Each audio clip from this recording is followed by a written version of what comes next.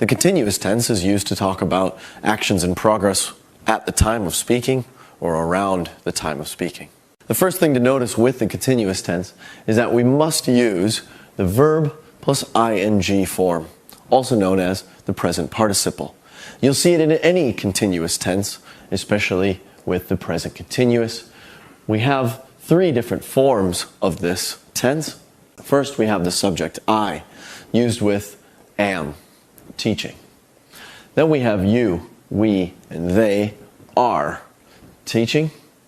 Finally, we've got he, she, it is teaching.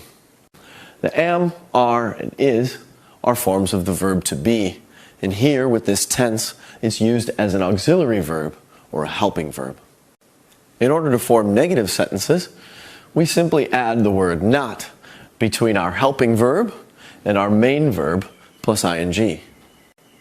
To form the questions for the present continuous tense, again what we've done is inverted our helping verbs and our subjects, resulting in questions like, am I teaching?